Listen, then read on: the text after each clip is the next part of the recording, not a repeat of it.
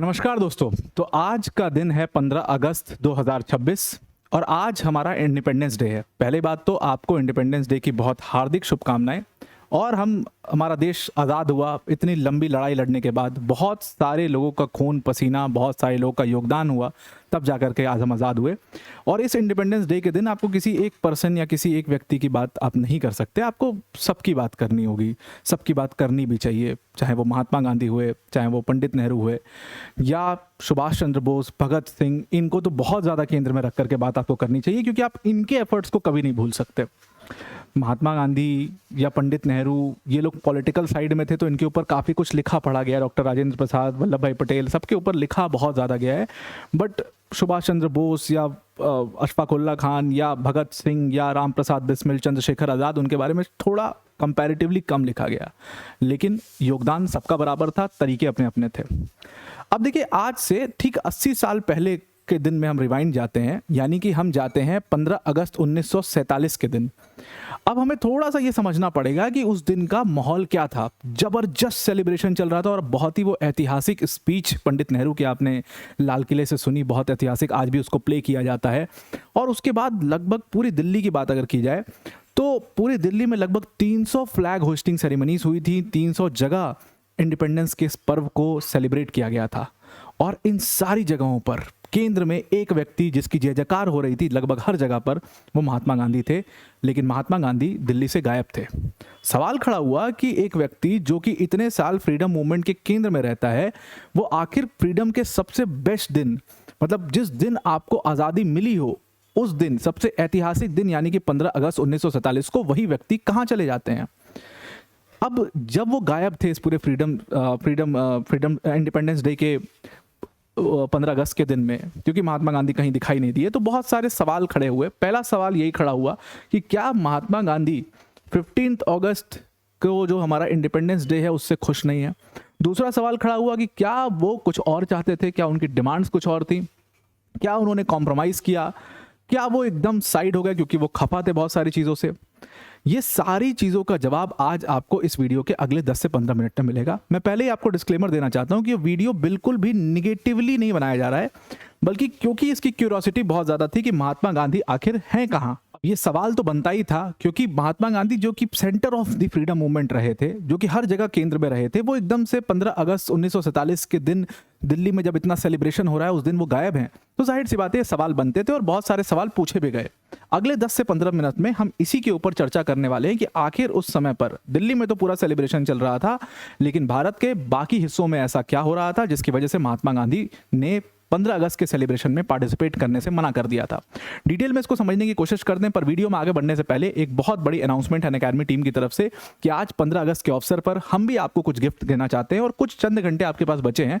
6 बजे एक टेस्ट होने वाला है और ये टेस्ट जो होगा, जिसमें 25 क्वेश्चन होंगे, 30 मिनट का ये टेस्ट होगा और 6 बजे टेस्ट शुरू हो जाएगा। आप इसके लिए जरूर से एनरोल कर लीजिए, क्योंकि इसमें आप बहुत सारे इनाम जीत सकते हैं। फर्स्ट आए अगर आप, तो आप 3000 रुपये, सेकंड आए तो 2000 रुपये, थर्ड आए 1500 रुपये, फोर्थ या 10th आए तो आप 4 से लेकर के 10वें नंबर पर रहे तो 500 रुपए का अमेजॉन गिफ्ट वाउचर आपको मिलेगा। ये टेस्ट सिर्फ 3 टॉपिक्स होंगे, फ्रीडम मूवमेंट, कॉन्स्टिट्यूशनल मेकिंग और जो की इवेंट्स हैं, जो की लीडर्स हैं पॉलिटी के, हिस्ट्री के, उन सबों से क्वेश्चन आपसे पूछा जाएगा। ये 3 टॉपिक से आपसे क्वेश्चन पूछा जाएगा। आसान सवाल होंगे, जरूर से इस टेस्ट में पार्टिसिपेट करिए। लिंक आपको डिस्क्रिप्शन में मिल जाएगा। Now let us come back. उस समय पर हमें थोड़ा सा ये समझना पड़ेगा कि देश में चल क्या रहा था। तो सबसे पहले हम देखते हैं 15 अगस्त 1947 का दिन और जगह है दिल्ली। दिल्ली में जो सबसे पहली ऑफिशियल सेरेमनी हुई थी इंडिपेंडेंस के बाद, वो ऑफिशियल सेरेमनी थी माउंटबेटन की स्वेरिंग इन सेरेमनी। माउंटबेटन को, जो कि एक दिन पहले ये व्यक्ति वाइसरॉय था ब्रिटिश इंडिया का, इसको हमारे आज़ाद भारत का पहला गवर्नर जनरल बनाया जाता है। तो ये बात हम सबको पता ही, हमने हिस्ट्री में पढ़ भी रखी है। तो माउंटबेटन की सबसे पहले स्वेरिंग इन सेरेमनी हुई और उसके बाद मतलब लगभग पूरे दिल्ली के अंदर, बताया जा रहा है सिर्फ दिल्ली में 300 से ज़्यादा फ्लैग होस्टिंग सेरेमनीज हुई थी। और इसके बारे में अलग अलग किताबों में लिखा गया। जो सबसे इसके ऊपर क्रेडिबल किताब है जो इसके बारे में बताती है कि 300 सेरेमनीज हुई थी, वो रामचंद्र गुहा की किताब है। बाकी खैर बहुत सारे लोग डिबेट भी करते हैं, लेकिन रामचंद्र गुहा की किताब है जो बताती है 300 फ्लैग होस्टिंग सेरेमनीज हुई थी। लेकिन इस पूरे फ्लैग होस्टिंग सेरेमनीज में जगह जगह पर जहां पर हो रहा था, उसमें से एक व्यक्ति गायब था। That was the father of the nation, जाने जाने वाले मोहनचंद करमदास गांधी यानी कि महात्मा गांधी इन सारे फ्लैग होस्टिंग सेरेमनी से गायब थे। ये सारी जो सेलिब्रेशन हो रहे थे पूरे उसी तरीके से गायब थे। और इसलिए पंडित नेहरू से ये सवाल पूछा गया कि क्या गांधी जी आपसे खफा हैं, क्या गांधी जी आपकी पॉलिटिक्स को एक्सेप्ट नहीं कर रहे हैं, क्या गांधी जी इंडियन नेशनल कांग्रेस से कुछ खटपट उनकी चल रही है, क्या वो इस इंडिपेंडेंस को इस फॉर्म में नहीं लेना चाहते थे, क्या उनके डिमांड्स कुछ और थे, क्या कॉम्प्रोमाइज़ हुआ। ये सारे इतने सारे सवाल उनसे पूछे गए। पंडित नेहरू के पास इसके एक भी जवाब नहीं थे। और बीबीसी का अकाउंटेड सवाल है जो पंडित नेहरू से पूछा गया था, जिसके ऊपर अभी हम चर्चा भी करेंगे। बीबीसी जो है वो गांधी जी से इन सारे सवालों के जवाब लेना चाहता था, लेकिन गांधी जी ने बोलने से कुछ भी मना कर दिया, क्योंकि सिचुएशन ऐसी बहुत ज़्यादा उस समय पर क्रिटिकल सिचुएशन थी। तो बीबीसी ने पंडित नेहरू से ये सारे सवाल पूछे थे और पंडित नेहरू उसका जवाब नहीं दे पाए थे। उस सवाल खड़ा होता है कि आखिर गांधी जी उस समय थे कहाँ। अब देखिए होता क्या है, इसके लिए हमें थोड़ा सा और पीछे जाना पड़ेगा। जब इंडिपेंडेंस डे को लेकर के सारी समझौता, सारी बातचीत हो गई थी, तो लगभग जब डिसाइड हो चुका था कि इंडिपेंडेंस डे है और ये 15 अगस्त के डेट हम तय कर रहे हैं, तो उसके लगभग 2 हफ्ते पहले जो हमारे महात्मा गांधी थे उन्होंने दिल्ली छोड़ दिया था। और बहुत लोग बताने वाले कहते हैं, बहुत क्रेडिबल किताब है इसके ऊपर जो उस समय के हिस्टोरियंस लैपियर और कॉलिंस ने लिखी हुई है। आपने पढ़ा भी होगा इस किताब को, Midnight at Freedom 1975, Freedom at Midnight 1975 में लिखी गई किताब है। उसके अंदर उन्होंने कोट अनकोट इस बात को लिखा था कि गांधी जी कुछ खफा, कुछ नाराज जग रहे थे, जिसकी वजह से उन्होंने दिल्ली छोड़ दिया था लगभग 2 हफ्ते पहले, और वो सीधा जाते हैं कश्मीर, क्योंकि उस समय पर कम्युनल वायलेंस अपने चरम पर था। ये जो पूरा इंडिपेंडेंस मिल रहा था, it was giving, they were giving us this independence on the cost of the partition, क्योंकि पार्टीशन के कॉस्ट पर ये इंडिपेंडेंस आपको मिल रहा था, जिससे महात्मा गांधी बहुत नाखुश थे, क्योंकि उन्होंने तो अपने लोगों से प्रॉमिस कर दिया था कि आपके देश का पार्टीशन, आपके देश का विभाजन कभी नहीं हो सकता। उस चीज़ से, उस कॉम्प्रोमाइज़ से गांधी जी कहीं ना कहीं थोड़े नाराज़ दिख रहे थे, और इसीलिए उन्होंने दिल्ली छोड़ दिया 2 हफ्ते पहले। वो कश्मीर जाते हैं जहाँ पर ज़बरदस्त कम्युनल वायलेंस था, और ये कम्युनल वायलेंस 1 साल से लगातार चल रहा था। आपको पता ही है कि 47 के इस दिन, जिस दिन हमें इंडिपेंडेंस मिला, ठीक इसके 1 साल पहले 46 में डायरेक्ट एक्शन डे का कॉल दिया गया था मुस्लिम लीग द्वारा। और उस डायरेक्ट एक्शन डे में सीधा सीधा बंगाल, जो आज का बंगाल है, जिसमें आज का बांग्लादेश, वेस्ट बंगाल, बिहार और कुछ हिस्से जो आप झारखंड, छत्तीसगढ़ के देखते हो, ये सारा हिस्सा जो है बंगाल के अंदर आता था। और ज़बरदस्त वायलेंस यहाँ पर कम्युनल वायलेंस हुआ था डायरेक्ट एक्शन डे की आड़ में। ठीक इसी तरीके से कम्युनल वायलेंस हुआ था कश्मीर के अंदर, जम्मू कश्मीर में ज़बरदस्त कम्युनल वायलेंस, ठीक इसी तरीके से पंजाब में ज़बरदस्त कम्युनल वायलेंस। मतलब ये वो स्टेट थे जो एकदम भयंकर चपेट में थे कम्युनल वायलेंस के। और उसमें कहा गया कि अपनी किताब में लिखा गया है, इसमें इसको लैरी कॉलिंस एक हिस्टोरियन है जिनके बारे में मैंने आपको बताया, और दूसरे डोमिनिक लैपियर, इन्होंने किताब लिखी फ्रीडम एट मिडनाइट। और उस फ्रीडम एट मिडनाइट किताब में उन्होंने कोट अनकोट इस बात को लिखा कि since then not a single day has passed, पूरे 1 साल में ऐसा कोई भी दिन नहीं था जिस दिन कुछ लोग इस कम्युनल वायलेंस के अंदर मारे नहीं जाते थे, जिस दिन कम्युनल मर्डर्स नहीं होते थे। हर दिन लगभग यहाँ पर कम्युनल मर्डर्स होते थे। ग्रुप्स, कम्युनिटीज़ लोगों के जो है वो नाइफ्स लेकर के घूमते थे, पिस्टल्स लेकर के घूमते थे, ये सब घूमते थे। तो गांधी जी कश्मीर जाते हैं दिल्ली से 2 हफ्ते पहले इंडिपेंडेंस के। कश्मीर से 4 दिन कश्मीर में रुकते हैं और उसके बाद वो कलकत्ता जाते हैं, क्योंकि कलकत्ता में सिचुएशन बहुत बिगड़ चुकी थी। कलकत्ता में मतलब हज़ारों की संख्या में भीड़ जो है वो जुट चुकी थी, और आपस में हिंदू मुस्लिम कम्युनल वायलेंस अपने चरम पर था। तो फाइनली वो कलकत्ता जाते हैं, और कलकत्ता पहुंचते हैं वो लगभग 13 अगस्त को। कहा जाता है कि 13 अगस्त को वो कलकत्ता पहुंचते हैं। और कलकत्ता की ज़रा सिचुएशन सुन लीजिए, यही फ्रीडम एट मिडनाइट की किताब में लिखा हुआ है कि उस समय जहाँ पर दिल्ली में ज़बरदस्त सेलिब्रेशन के माहौल थे, पूरी सेटिंग चल रही थी। अब आपको पता ही कि माउंट बेटन जो है वो उसने अपने ना एक लिस्ट दे दी थी। माउंट बेटन के बारे में मैं आपको बता देता हूँ। माउंट बेटन जो है, क्योंकि वो भारत का गवर्नर जनरल बन रहा था, उसने बाकायदे सेरेमनीज की लिस्ट दी थी कि ये सेरेमनी हम करेंगे और इसमें इस तरीके से इसको सेलिब्रेट करेंगे। अब आप सोचिए कि दिल्ली में यहाँ पर सेलिब्रेशन चल रहा है और देश के दूसरे हिस्सों में क्या हो रहा है। कलकत्ता की सिचुएशन ऐसी है जो लैपियर और कॉलिंस ने अपनी किताब में लिखा है फ्रीडम एट मिडनाइट। उन्होंने कहा कि कलकत्ता में लोग अंडर नरिशमेंट में जा चुके थे। 1 साल के अंदर इतना वायलेंस हुआ, इतना कलकत्ता की इकॉनमी खराब हो गई कि लोग अंडर नरिशमेंट में जा चुके थे। और इतनी भयंकर अंडर नरिशमेंट थी कि इन्होंने अपनी किताब में उस अंडर नरिशमेंट को कंपेयर किया है हिटलर के डेथ कैंप से। आपने सुना होगा कि हिटलर जो है वो जब इनमेट्स को पकड़ता था तो वो अपने डेथ कैंप में रखता था, उनके ऊपर तमाम प्रयोग वह करता था और खाने के लिए नहीं देना और तमाम इस तरीके की चीज़ें हिटलर करता था। जबरदस्त अंडर नरिश थे वो लोग। वो अंडर नरिशमेंट का कंपैरिजन यहाँ पर कलकत्ता के अंडर नरिशमेंट से हो रहा है। बल्कि कॉलिंस ने तो ये कहा कि ये अंडर नरिशमेंट जबकि ज़्यादा भी हो सकता है। ये स्थिति थी कलकत्ता के अंदर जहाँ पर गांधी जी जाते हैं। तो 13 अगस्त को लगभग 3 बजे गांधी जी कलकत्ता पहुंचते हैं। और अब आप सोचिए, एक वो गांधी जो 15 अगस्त में दिल्ली में जिनके लिए नारे लग रहे हैं और लोग गांधी जी की जय चिल्ला रहे हैं, वही गांधी 15 अगस्त अभी 2 दिन बाद होना है, 13 अगस्त को कलकत्ता पहुंचते हैं। जो गांधी जी को फादर ऑफ द नेशन, महात्मा और तमाम शब्दों से बुलाया जाता है, वो गांधी जी कलकत्ता पहुंचते हैं। और ऐसा भी हिंदू मुस्लिम कुछ बात नहीं थी, पूरी मतलब वहां पर जो भीड़ ने जो उनको घेरा था वो हिंदू भीड़ थी, वो सारे मैक्सिमम लोग हिंदू थे। वो गांधी जी पहुंचते हैं। बेली घाटा रोड एक जगह है जो कि मुस्लिम बाहुल्य क्षेत्र हुआ करता था, वहां पर एक घर है हैदरी हाउस। हैदरी हाउस में वो अपना रेसिडेंस लेते हैं और हैदरी हाउस में जब वो पहुंचते हैं तो वहां पर रामचंद्र गुहा ने अपनी किताब में कोट अनकोट लिया उसके जस्ट बाद की बात कि पूरी भीड़ ने उस बिल्डिंग को घेर लिया था। पूरी टूटी फूटी सी एक बिल्डिंग थी, उसके पूरे इर्द गिर्द लोगों ने घेर लिया था गांधी जी को और लोग बहुत ज़्यादा नाराज थे, लोग बहुत ज़्यादा गुस्सा थे गांधी जी से। रामचंद्र गुहा ने ही अपनी किताब में लिखा कि जो पूरा क्राउड था वो कभी भी इंसैनिटी की तरफ जा सकता था, वो क्राउड वहाँ पर कुछ भी कर सकता था। वो गांधी जिनको देश में शायद हर जगह पर बहुत ही ग्रैंड वेलकम मिलता था, जिनको एक महात्मा की तरह देखा जाता था, जिनको हर तरीके से प्रेस किया जाता था, दोनों बाहें खोल करके लोग एक्सेप्ट करते थे वो गांधी जी। और हर जगह पर जहाँ गांधी जी जाते थे लोगों को ये लगता था कि ये मेरी लड़ाई लड़ने वाला व्यक्ति आ गया, अब ये मेरी हक की बात करेगा। वो गांधी जब कलकत्ता पहुंचते हैं, भीड़ उनको घेरती है और उनका कोई वेलकम नहीं होता। सिर्फ समझ लीजिए भीड़ ने उनकी इतनी इज्जत रखी कि he was the centre at the freedom movement, उनको कुछ भी नहीं कहा, लेकिन लोगों ने उनका वेलकम ही नहीं किया। और ये गांधी जी के लिए एकमात्र सीधा संकेत था कि भाई लोग बहुत ज़्यादा खफा हैं। बल्कि लैपियर और कॉलिंस ने भी इस बात को नोटिस किया और उन्होंने कहा कि वो लोग जो गांधी जी की जय चिल्ला रहे थे 2 दिन बाद दिल्ली के अंदर, वही जनता कलकत्ता के अंदर गांधी जी के ऊपर चिल्ला रही थी literally.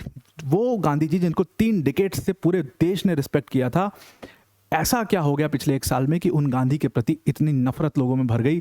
Not only Gandhi, leadership के प्रति इतनी नफरत लोगों में भर गई कि वो बिल्कुल भी कर्स करना शुरू कर चुके थे वहाँ पर। ये सिचुएशन कलकत्ता में थी।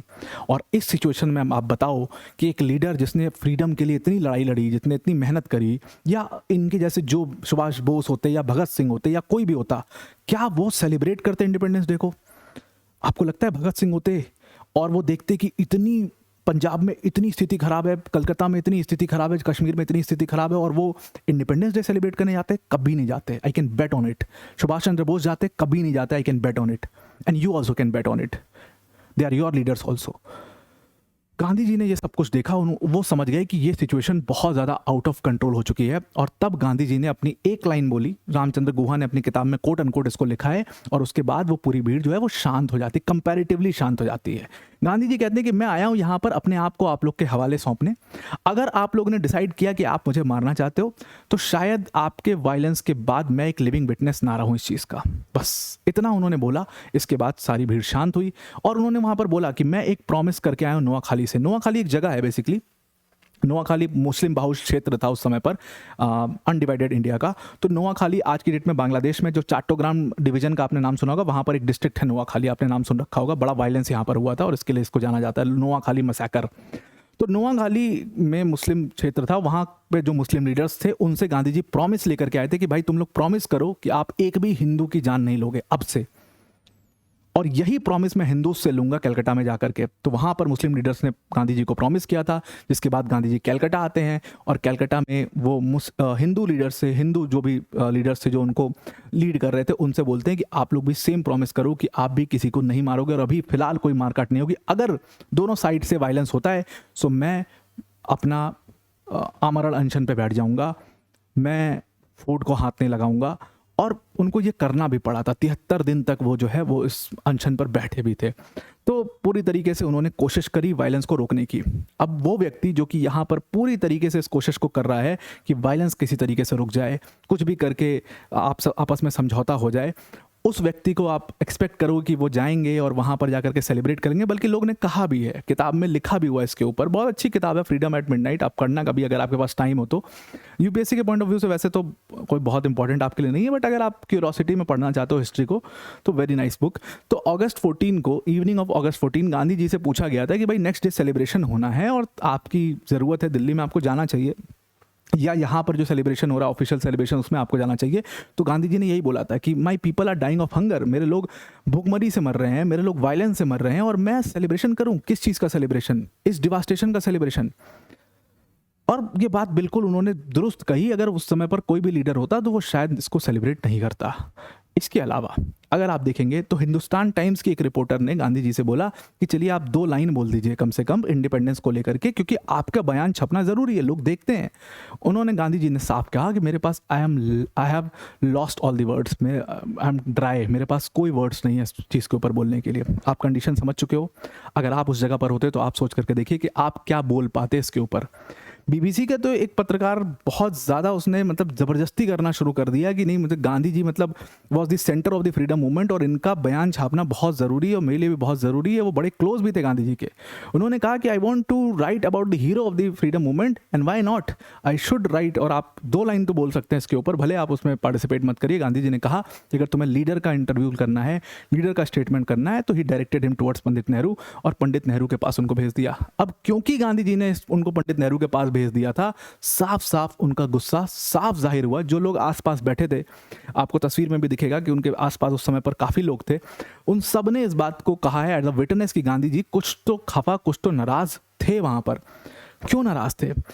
तो लोगों ने उसमें बताया है कि गांधी जी जो फ्रीडम चाहते थे, जो इंडिपेंडेंस चाहते थे, वो कभी भी इस प्राइस पर नहीं चाहते थे, वो कभी भी पार्टीशन के प्राइस पर नहीं चाहते थे। And this was an unacceptable price that we got. उनका कहना था कि हमने गलत कॉम्प्रोमाइज़ किया और हमें ये कॉम्प्रोमाइज़ नहीं करना चाहिए था। और सिर्फ गांधी जी नहीं, उस समय के जितने भी विजनरी लीडर्स थे, सबको ये लगा कि शायद थोड़ी जल्दबाजी, शायद थोड़ा ज़्यादा कॉम्प्रोमाइज़ करना पड़ा, क्योंकि ब्रिटिशर्स अपने सबसे वीकेस्ट पॉइंट पर थे। जियोपॉलिटिकली, इंटरनेशनली बहुत वीक थे ब्रिटिशर्स। उनको तो हमें आज़ाद करना ही था, उनके पास ऑप्शन नहीं था। फिर हमने ये कॉम्प्रोमाइज़ क्यों किया? May be due to politics, may be due to lot of reasons, लेकिन गांधी जी उससे नाखुश थे और इस वजह से ही कहते हैं कि वो ये जो वायलेंस था हिंदू मुस्लिम्स के बीच में, जो 1 साल से कंटिन्यूड चल रहा था, इतना अंडर नरिशमेंट था, इतनी प्रॉब्लम थी, इसके बीच में वो कभी भी फ्रीडम मतलब 15 अगस्त को सेलिब्रेट नहीं करना चाहते थे। उनसे बहुत लोगों ने अर्ज किया और बाद में उन्होंने सिर्फ और सिर्फ कोलकाता के लोगों से यही कहा कि मैं यही चाहता हूँ कि आप लोग एकजुट होकर के रहिए, आप लोग एक साथ में रहिए। और उनके साथ उन्होंने इसी वजह से, उनके और क्या, उनके पूरे फॉलोअर्स ने भी बॉयकॉट किया, इंडिपेंडेंस डे को उन्होंने सेलिब्रेट नहीं किया। गांधी जी ने बल्कि फास्टिंग करी और उन्होंने चरखा चलाने की बात करी, उन्होंने तमाम भारत को यूनाइट करने के लिए जो भी एफर्ट्स हो सकते हैं उसकी बात करी। इसीलिए गांधी जी 15 अगस्त 1947 को दिल्ली में नहीं थे। उन्होंने किसी भी सेलिब्रेशन में आप उनकी तस्वीर नहीं देखोगे, बल्कि कलकत्ता की एक वो बहुत फेमस तस्वीर है जो मैंने स्टार्टिंग में कवर पेज पर लगाया था, वो मैं आपको दोबारा दिखा देता हूँ। ये तस्वीर है जो उनकी सबसे ज़्यादा उस समय की फेमस है, क्योंकि उस समय पर जब फ्रीडम मन रहा था पूरे भारत में, तो गांधी जी कलकत्ता में बैठे हुए थे। आई होप आपको ये पूरा आर्टिकल समझ में आ गया होगा, पूरी बात समझ में आ गई होगी। आपकी इसके ऊपर क्या राय है ज़रूर से बताइएगा। आज के लिए इतना ही। Thank you and have a nice day.